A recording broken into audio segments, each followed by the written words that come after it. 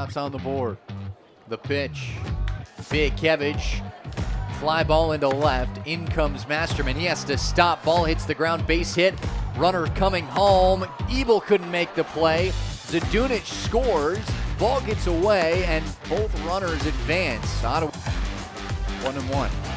Pino hits it deep to center. Oh, in his first at-bat in his Bird Dawgs career, hits the very first home run in Bird Dawgs history.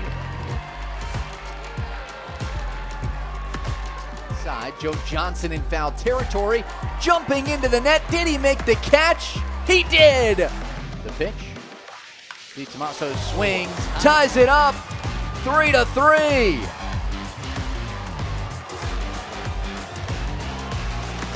Hot start for the